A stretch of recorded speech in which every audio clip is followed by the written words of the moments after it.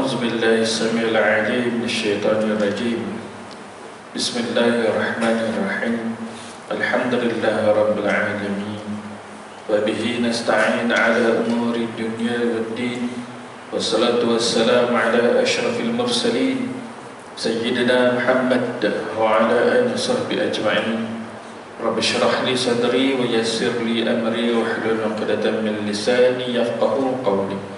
سبحانك لا علم لنا إلا ما علمتنا إنك أنت العليم الحكيم. لا حول ولا قوة إلا بالله العلي العظيم. وبعد.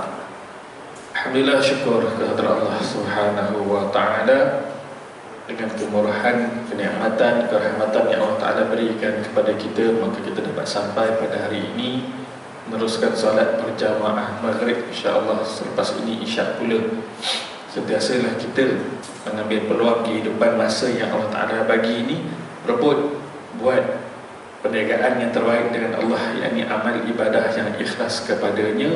Maka inilah dia yang dinamakan berniaga-niaga dengan Allah Subhanahu wa Ta'ala. Dapatlah keuntungan bagi mereka yang melakukannya dengan sebenar-benar, dengan sungguh-sungguh ikhlas kerana Allah Subhanahu wa Ta'ala. InsyaAllah malam ini kita sambung pengajian kitab Dosa-Dosa Besar, mengungkit-ungkit pemberian. Firman Allah Ta'ala, A'udzu billahi minasyaitonir rajim. Ya ayyuhalladzina amanu la tubtilu shadaqatikum bil manni wal adha. Wahai orang-orang yang beriman, janganlah kamu membatalkan sedekahmu dengan cara mengungkit-ungkit dan menyakitkan hati. Macam tu kan? Ada tak orang yang mungkit-ungkit dalam rumah tangga kita? Suami bagi pada isteri, isteri bagi pada suami. Ada tak? Ada juga tu. Khawatir tu, takut ada yang batal pahala dia tu. Macam mana pula kalau ibu ayah ungkit yang diberi kepada anak? Apakah batal? Tengok niat dia tu kerana apa? Kalau kerana mengajar adab supaya anak dia menjaga tata susila, adab sopan dia, akhlak dia, sama ada di rumah maupun di luar rumah. Sebab kita bagi rezeki tu, aku bagi kau rezeki gini, kau buat khianat padaku. Maka kita ungkit tak? Ungkit kan? Tapi kerana mengajar adab pada dia, supaya apa? Dia menyedari dia silap langkah. Macam tu. Itu yang tu tak apa dah. Al-Wahidi berkata yang dimaksudkan dalam ayat tadi ialah mengungkit-ungkit apa-apa yang pernah diberikan kepada orang lain. Dan Al-Kalbi pula ialah dikatakan sedekah yang diungkit-ungkit dengan cara menyakiti hati orang yang diberi sedekah itu. Kadang-kadang berlaku dalam situasi negara kita hari ini, banyak kes-kes yang terjadi kan, orang perempuan yang minta dinikahi akan dia. Orang perempuan biasanya ni yang dah lanjut usia lah, lebih 30 ke atas. Dia dah ada kedudukan dalam jawatan dia kan, kewangannya pun dah bagus dah, dan cuma dia nak mencari suami. Masalah hari ini dia nak cari suami yang umur 40 lebih macam aku.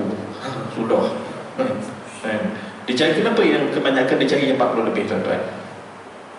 Sebab emosinya dah stabil. Satu, kebanyakan lelaki 40-an ke atas, 45 lebih-lebih lagi ke atas, emosinya lebih stabil, kedudukan kewangannya lebih stabil, kepimpinannya lebih bagus, kepertanggungjawabannya pun bagus, kebanyakannya.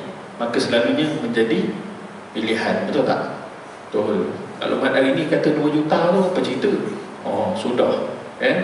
Baik. Tetapi awas, kadang-kadang kita dipinang oleh mereka. Abang, katanya abang, takkan dia bagi encik, dia bagi abang lah. Boleh tak pinang saya bagi duit, dengan duit ni saya bagi mas kahwinnya sekali, belanjanya sekali, jadi duit abang. Benda ni dah bertukar jadi kat tangan abang, abang pinang saya.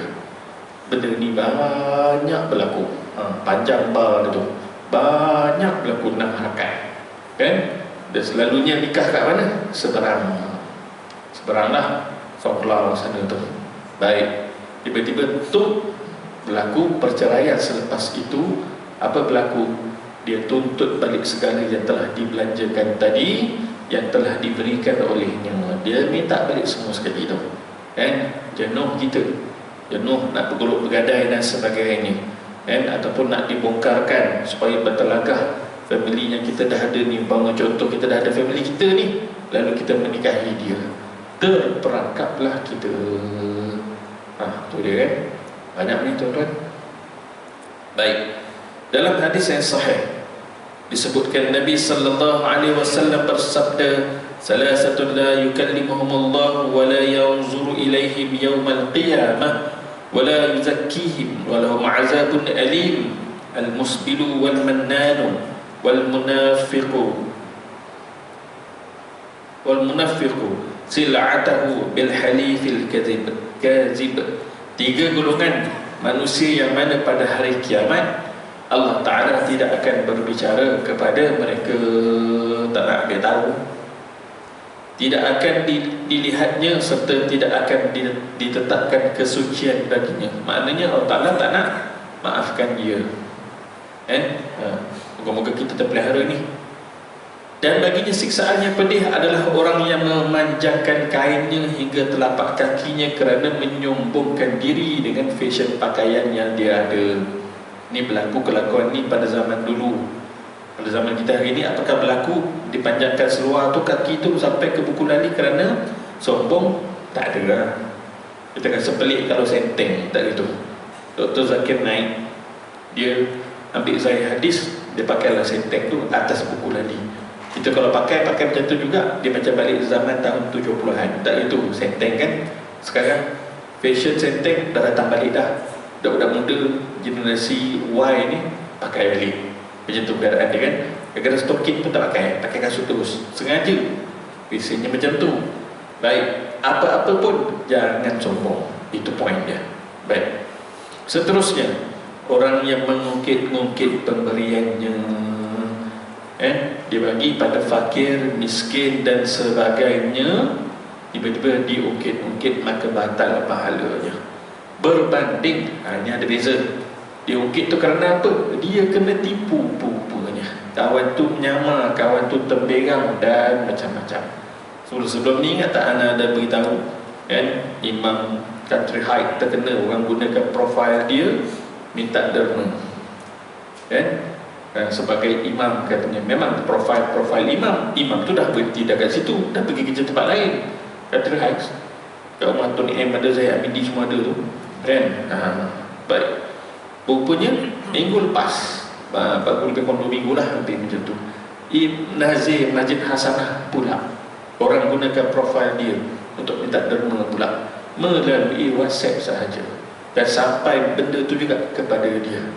Jadi kita yang mana dah terbagi ni, kita ukit-ukit balik, nak kata apa?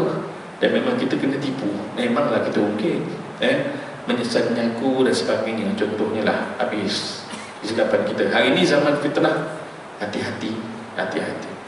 Kebanyakannya yang datang kepada kita, memang kita kena semak. Berbanding yang kita pergi dan kita bagi, lazimnya yang betulnya macam tu. Contoh keadaan dia. Baik. Dan yang ketiganya, orang yang menawarkan perdagangannya dengan sumpah yang palsu, menawarkan perniagaan tetapi banyak berbohong padanya. Macam-macam banyak sangat benda ni. Tipu sana, tipu sini, tunjuk barang bagus, rupanya barang yang dah rosak, binasa dan sebagainya. Jual kereta potong rupanya, ataupun kereta mana? Kereta yang barang panas, ambil daripada Singapura yang scrap, register balik dan sebagainya. BMW yang baru pakai 5 tahun, harga 30,000. Masuk di akal tak? Tak masuk. Rupanya kereta panas, memang dapat di target. Jawabnya kena rampas lah jawabnya. Ramai tak orang menipu? Ramai hari ini. Baik. Kain yang dimaksudkan di sini tadi meliputi sarung, jubah, celana dan lain-lainnya. Biarlah di atas buku lali, di atas buku lali. Kalau kita pakai jubah, jangan sama-sama sentuh permukaan kapet tu. Kalau kita jalan kat luar, disapu lantai tu, jadi kotor, tak bersih, tak cantik lah. Hati juga tersapu sekali, tak cicak dan sebagainya, biarlah atas ngam-ngam kulani itu pun okey dah, atas-atas sedikit, tidaklah atas sangat, janganlah sampai seteng sangat begitu. Baik, apa-apa yang di bawah mata kaki daripada satu kain, maka hal itu menyebabkan dia masuk neraka asbab daripada kesombongannya. Ini satu kaitan hadis yang asalnya nak cerita tentang rangkuman daripada 3 perkara tadi. Orang yang menyombong ke pakaiannya, orang yang mengungkit-ungkit pemberian, dan orang yang menawarkan perniagaan dengan sumpah palsu. Baik, seterusnya dalam hadis Nabi SAW juga dikatakan, salah satu la yadkhulul jannah al-'aqu liwalidayhi wal mudbinul khamra wal mannan. 3 golongan yang tidak akan memasuki syurga ialah orang yang derhaka kepada kedua ibu bapanya. Teringat saya ketika 2 tahun lepas kuliah di Surau Al-Ikhwan, Bandar Tasik Kesuma. Depan kita ni ada seorang brother macam tabligh lah, macam tu kan. Kenapa mata dia merah ni? Dia geram kat aku ke? Rupanya tajuk yang kita cerita tentang ketaatan berlaku baik kepada kedua ibu bapa. Dia menyesal. Sebab apa? Sebelum ni dia buat tak tahu, masa hari mak dia meninggal, dia suka, dia seronok mak dia meninggal. Rupanya kenapa dia seronok? Ketua Samsing rupanya di Sungai Buloh. Anak tak cerita lah siapa, dia pun tak ingat pun. Alhamdulillah, taufik hidayah, sebab usaha-usaha abang-abang kita yang keluar tu 3 hari, 40 hari tu, sampai juga ke telinganya tu satu hari nak berubah. Namun ibunya dah tak ada, ayahnya dah lama meninggal sebelum tu lagi, kan? Lalu ditanya, ustaz, macam mana saya nak buat baik pada mak saya? Mak saya tak ada dah. Dulu saya khianat, dulu saya mencalarkan muka mak kerana saya menjadi Samsing, dan dijauhi keluarga kami ni sebab kelakuan saya. Saudara mara tak nak duduk dekat, khawatir takut diketahui orang, saudara kau mompak menyamun dan sebagainya, kau tak tahu ke? Seboleh-bolehnya orang kan larilah daripada dirinya begitu. Sakitnya hati mak, siapa yang tahu kan?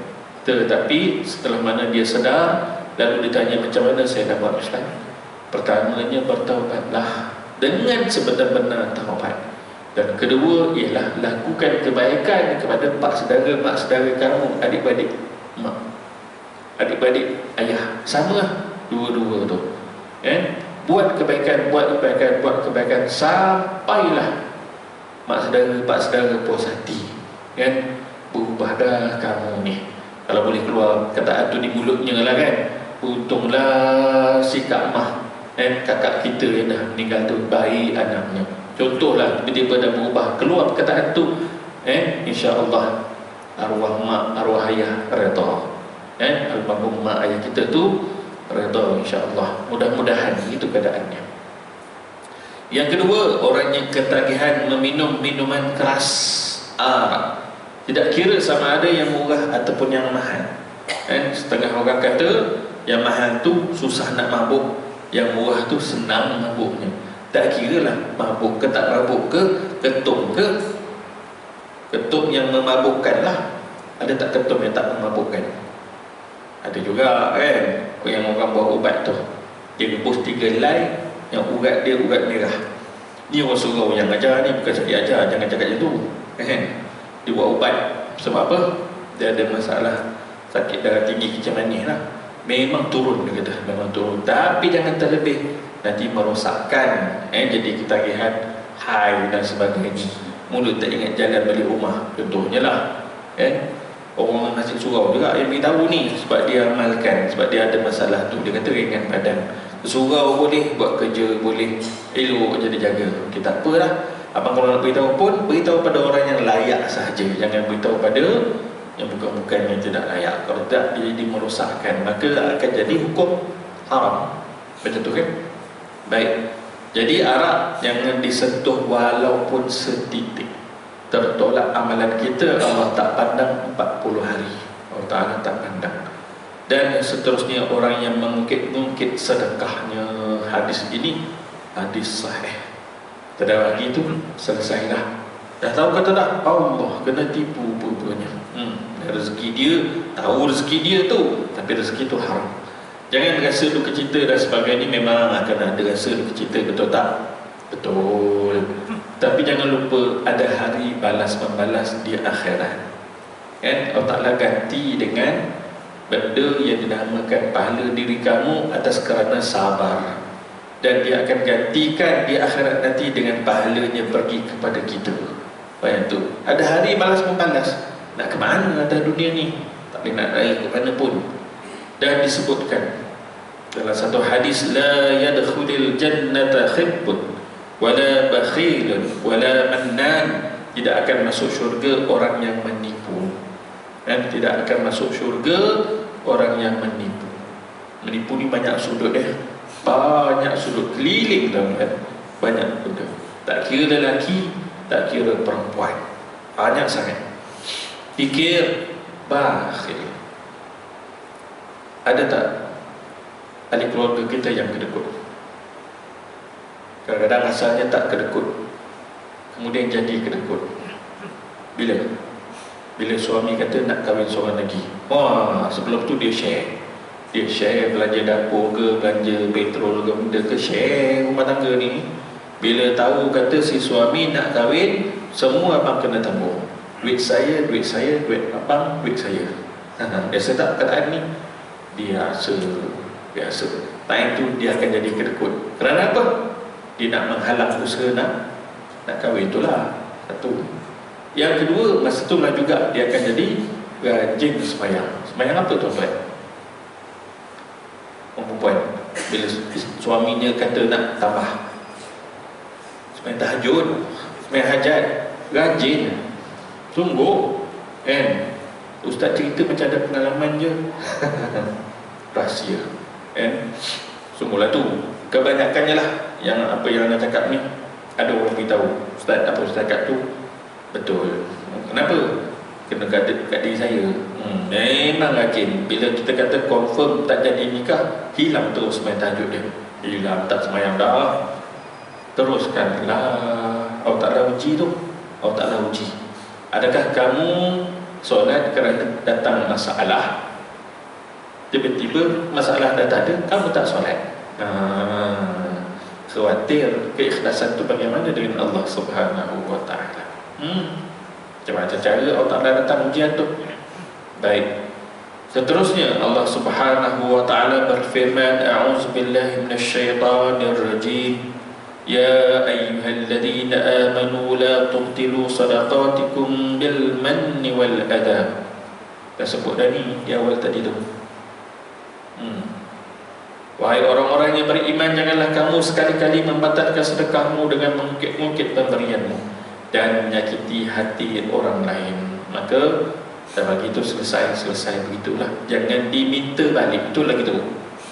Diminta balik. Yang tadi anda ceritakan, wanita itu meminta balik, tak gitu. Ya, termasuklah kadang-kadang sedekah-sedekah yang sebelum itu berkaitan dengan kebajikan kepada orang fakir miskin sekalipun, yang datangnya pekerjaan itu daripada tangan kita, tetapi duit daripadanya, maka dia minta balik ke semuanya. Jenuh.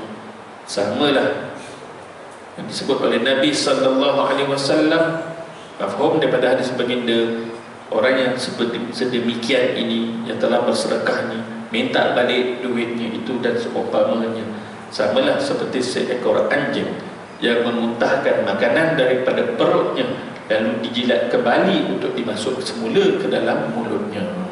Dihinakan oleh Nabi SAW. Maknanya apa? Yang dia minta balik tu haram. Itu ya. Baik. Bagaimana pula tentang pinjaman? Pinjaman jangan jawab kira. Lain. Isteri bagi kita pinjam duit, kita minta nak renew road tax, insurans dan sebagainya. Yang nak pinjam sikit, pinjam apa bang? Road tax kereta lah, bulan ni overtime lambat masuk, claim lambat lagi lah masuk, bulan 2 baru masuk. Berapa bang nak ni? 1,500 road tax dengan insurans. Ya ke bang? Ni pinjam tu bang? Pinjam. Yelah, yang dulu pun tak bayar lagi. Wah pula, dah setahun dah tak payah bayar lagi. Hutang wajib kena selesaikan tuan-tuan, kena selesaikan. Lagi bagus masa kita bayar, lebihkan. Sunnah.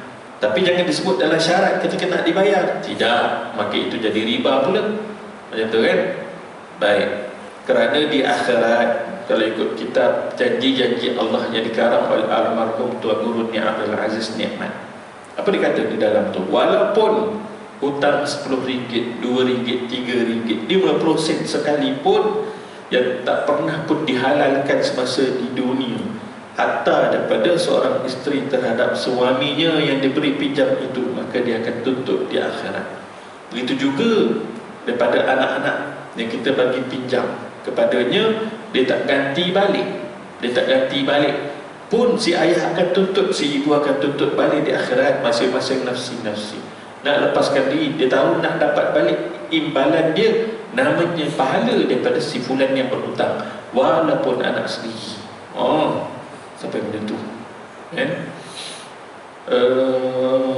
Minggu lepas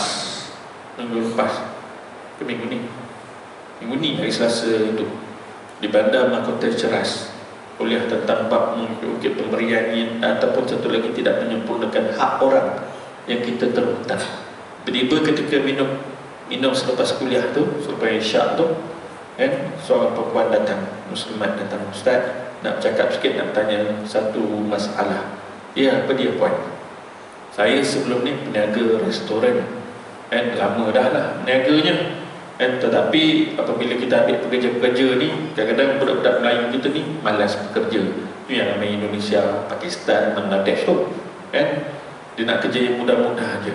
Baik, kerja 2-3 hari, kadang seminggu, kadang 2 minggu. Gaji bila cukup sebulan barulah dapat gaji. Jadi budak-budak ni kerja seminggu 2 minggu, lepas tu hilang terus kan?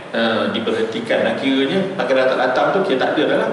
Tahu-tahu selepas bulan 2 dia datang nak minta gaji yang seminggu 2 tu. Macam tu, kita kata kita tak bagilah, melainkan kau genap sebulan kau kerja, baru aku bagi. Macam tu.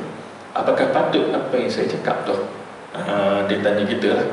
Maknanya apakah patut dia tahan duit orang tu yang dia bekerja hanya 2 minggu sahaja? Macam tu. Maka saya beritahu, sebaiknya kita bayar. Sebaiknya kita bayar. Walaupun dia bekerja hanya sehari, memang jelas dia bekerja, maka wajib kita bayar. Macam tu kan? Sebab dia tak ada terma perjanjian tu yang dipersetujui tu. Kalau syarikat berbeza pula kan, dia ada terma dia kan, cukup sebulan baru ada gaji contoh, ataupun cukup 2 minggu, gajinya sebulan 2 kali cukup dan sebagainya, dia bayar dan seumpamanya. Maka itu juga diterima pakai pada hukum. Macam tu kan? Jadi dia rasa risau, macam mana ustaz, doktor ni saya tak ada kontak number dia orang, nama pun kadang kita tak ingat, dah banyak kali bertukar ganti orang dan sebagainya ni. Macam inilah poin. Yang pertamanya, bertaubat kepada Allah Subhanahu wa Ta'ala. Dan yang kedua, cuba usaha cari dulu. Jika sekiranya betul-betul tak jumpa juga, try cari kan, letak nama kedai kita ke dan sebagainya, bubuh dalam WhatsApp supaya orang share satu Malaysia ni. Saya cuba menjejaki pekerja-pekerja saya sekian-sekian tahun dan sebagainya, yang ada yang kerja seminggu, 2 minggu dan sebagainya, untuk saya jelaskan gaji mereka. Tapi make sure lah orang yang datang tutup tu siapa, kenal ke tak mukanya kan. Tiba-tiba orang lain pula kan, yang ambil kesempatan nak menipu dan sebagainya. Confirm tak jumpa juga selama setahun setelah diisytiharkan, maka akad bersedekah lah. Berapa jumlah ni ustaz? Saya tak ingat ni. Akad istikharah. Akad istikharah, sehingga didorongkan oleh Allah Subhanahu wa Ta'ala, rasa yakin dengan amal sekian-sekian, sedekah pada fakir miskin. Niatkan kembalikan hak kepada mereka yang berhak ke atas diri akad, daripada gaji yang tidak dibayar dulu. Maka pahala ini mudah-mudahan Allah Ta'ala membukakan hati mereka yang akan berhutang dengannya, menghalalkannya di akhirat kelak. Sebab dah diberikan sedekah niat atas nama si fulan yang tak diterima gajinya itu. Situ jalan dia. Sebab itu juga dalam kitab Penawar Bagi Hati ataupun syarah kepada Penawar Bagi Hati Qalbun Salim, dia sebut dalam doa kita, doa taubat kita tu, ya Allah, ampunilah akan segala dosa-dosa aku, yang aku ingat dan yang aku lupa, yang sedikit maupun apatah lagi yang banyak, yang aku lalai, yang aku cuai, sama ada yang aku sedar, bahkan yang aku tak ingat langsung, ya Allah, kan? Ataupun suatu kesalahan yang aku tak sangka bahawa ianya salah, ampuni aku. Bukakanlah hati mereka-mereka yang ada hak ke atas aku untuk memaafkan aku. Situ jalan dia, jalan dia. Tapi usaha ikhtiar tadi ada tak? Ya, kena cari dulu. Macam tu keadaan dia, kan? Baik.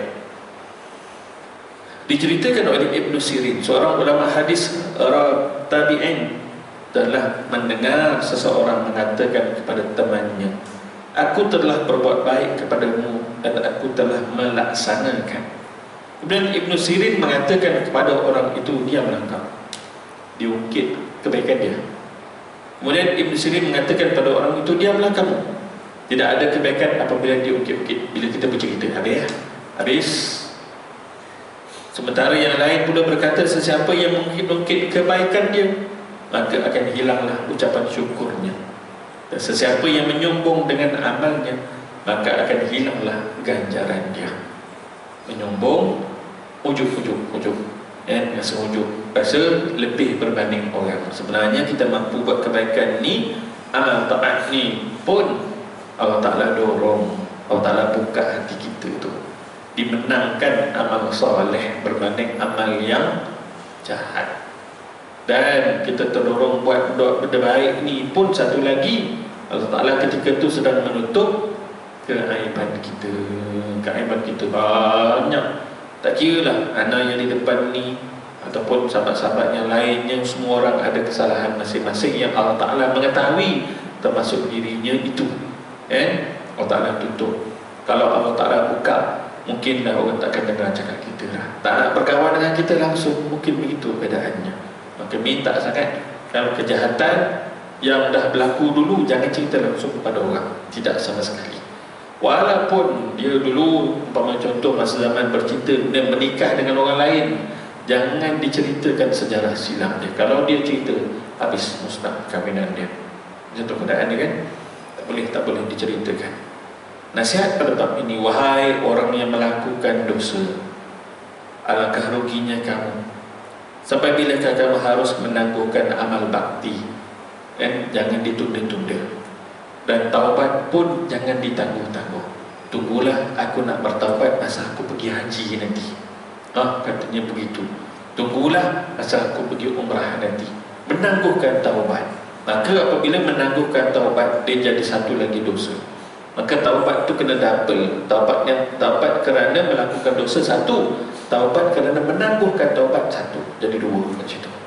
Ini yang dijelaskan dalam kitab Qalbun Salim, Syarah Penawar Bagi Hati.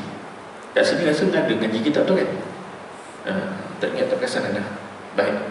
Kalau maut datang menyebutmu, apakah kamu bersedia? Tak sedia, kan? Tak sedia. Benda tiba-tiba je. Abang Bocin meninggal 2 hari je demam. Ashraf Sinclair meninggal serangan jantung umur 40. Kita kena cakap kat sini ni dah lebih 40 ni. 50, ada sini 49. Ramai sedang bersedia, sedang menunggu giliran namanya akan dipanggil. Macam tu, kan? Kamu akan berpergian dalam keadaan yang sungguh membimbangkan nanti, dengan berbagai bencana yang akan menakutkan berada di sekeliling kita. Tak tahu macam mana hari kematian kita tu, macam mana kita tu, tengah buat baik ke tengah buat jahat. Kamu ditawar seperti seorang banduan yang dibenci dan akan disiksa. Kini barulah kamu menyesal atas dosa-dosa yang kamu lakukan. Kita wajib istighfar, tuan-tuan. Istighfar tu kalau boleh bayangkan kesalahan kita yang lama yang kita buat tu, bayangkan, dan berazam tidak lagi ingin melakukannya. Dan kemudian menambahi dengan amal-amal yang soleh.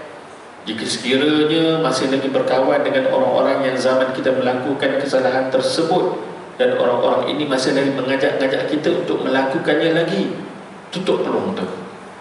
Tukar handphone, tukar nombor. Bukan tukar handphone, tu tukar nombor, bagi lost contact terus. Itu jalan dia. Terpaksa buat. untuk selamatkan diri kita nak menuju ke alam akhirat.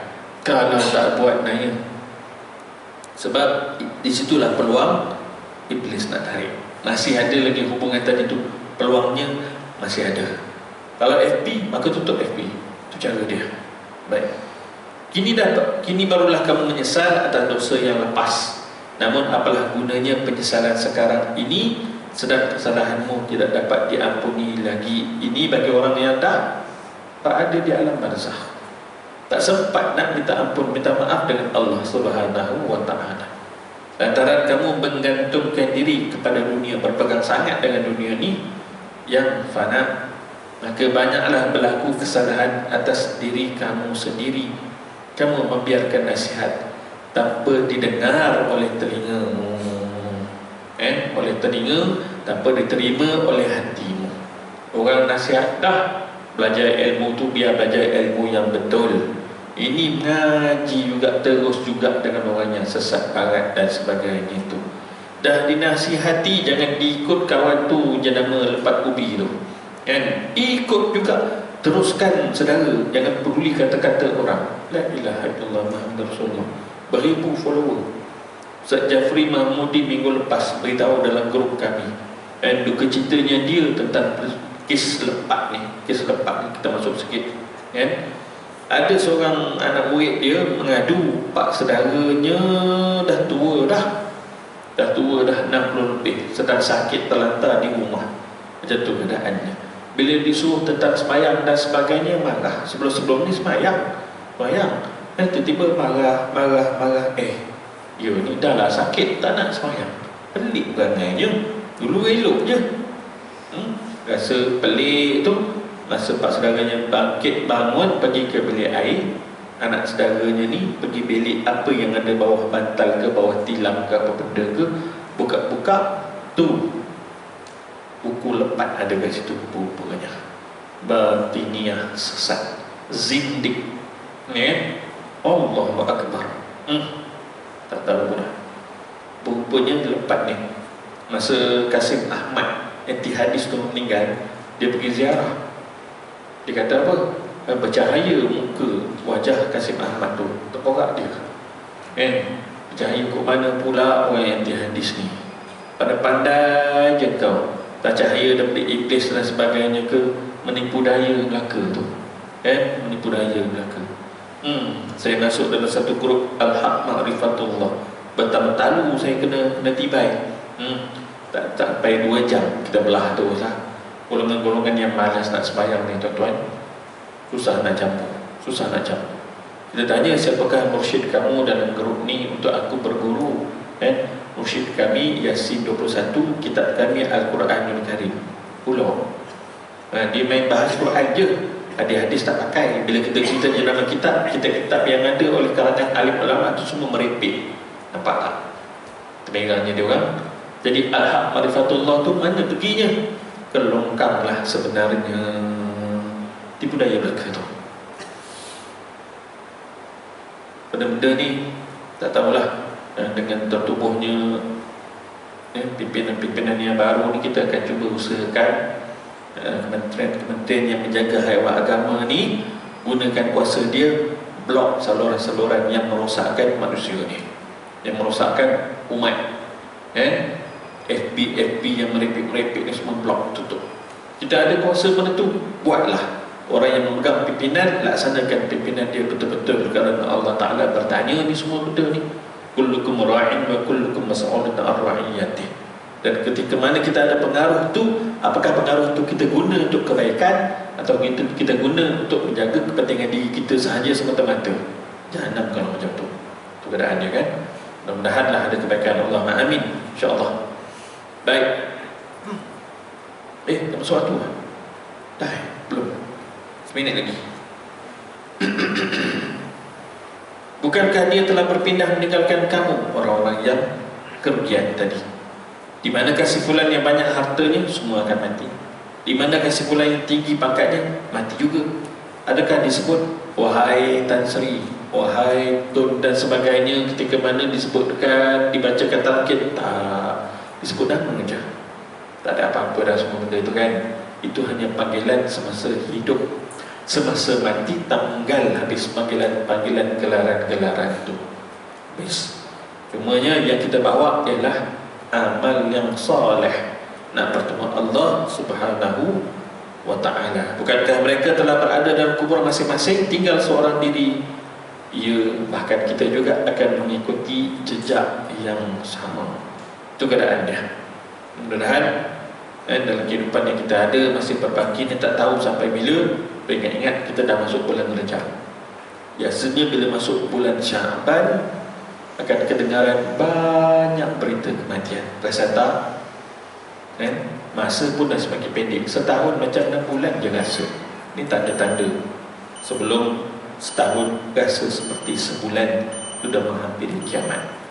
Tajuk yang akan datang bulan depan mengingkari takdir. Wallahu a'lam. Aqulu qouli hadza wa astaghfirullahal azim li wa lakum. Wassalamualaikum warahmatullahi wabarakatuh. Bismillahirrahmanirrahim.